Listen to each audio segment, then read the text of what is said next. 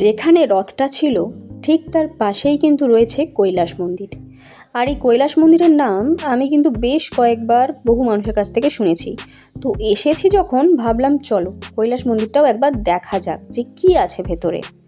তো আমরা যথারীতি টিকিট কেটে ভেতরে প্রবেশ করলাম। হ্যাঁ, এখানে কিন্তু প্রবেশ করতে গেলে টিকিট কাটতে হয়, আর টিকিটের মূল্য কিন্তু আমাদের নিয়েছিল 22 টাকা করে, সেটাও তোমাদের বলে দিলাম।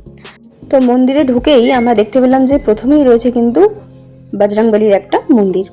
তো প্রত্যেকটা মন্দির কিন্তু আলাদা আলাদা রয়েছে, এবং বজরংবলীর মন্দিরের সামনে কিন্তু আরেকটা মন্দির ছিল, ঠিক আছে, ওখানে কিন্তু জগন্নাথ দেবের একটা মন্দির ছিল।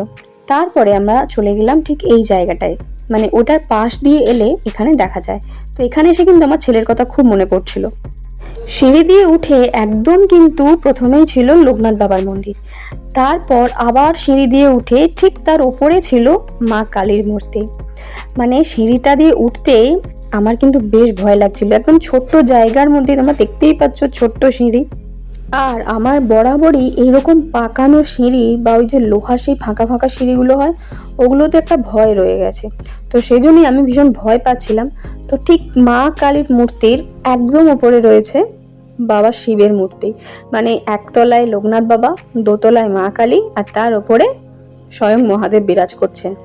এখনো তোমাদের জন্য টুইস্ট বাকি আছে, কারণ 4 তলাটায় এখনো ওঠা বাকি আছে। তো চলো 4 তলায় গিয়ে দেখি যে সেখানে কি রয়েছে। আর এই 4 তলায় উঠতে আমার রীতিমতো অবস্থা খারাপ হয়ে গেছিল, মানে আমি সত্যিই পারছিলাম না উঠতে, আমার মানে হাত পা কাঁপছিল, মানে অনেকটা উঁচুতে উঠে এসেছি।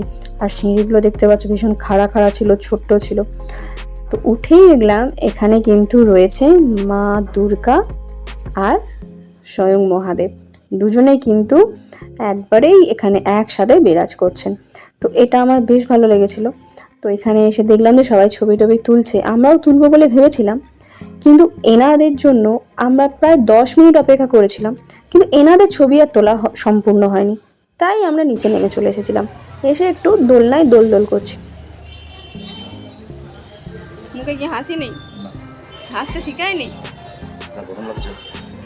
তারপরে চলে গেলাম ওইখানেই একটা সাঁকোর মতো রয়েছে, একটা পুকুরের মতো, যেখানে বোটিং আছে বলে আমার মনে হয়েছিল, কিন্তু বোটগুলো দেখলাম সব উল্টে পাল্টে আছে। কেন সংস্কার করেনি বা কিছু, সেটার কোনো কারণ আমার জানা নেই। যেহেতু এখানে দর্শনার্থীরা আসছে, এত লোক টিকিট কেটে ঢুকছে, তো আমার মনে হয় যে পুকুরটাকে সারানো উচিত, কারণ পুকুরের জলটা খুব খারাপ হয়ে গেছিলো, একটা বিশ্রী গন্ধও ছাড়ছিল, যেটা মানে সত্যি সহ্য করার মতো নয়। তো আমার যেটা মানে ব্যক্তিগত মতামত, যে এটা কর্তৃপক্ষের দেখা উচিত, এগুলো পরিষ্কার করা উচিত, আর বোটগুলোও ঠিক করা উচিত, তাহলে বোধহয় আরও ভালো হবে।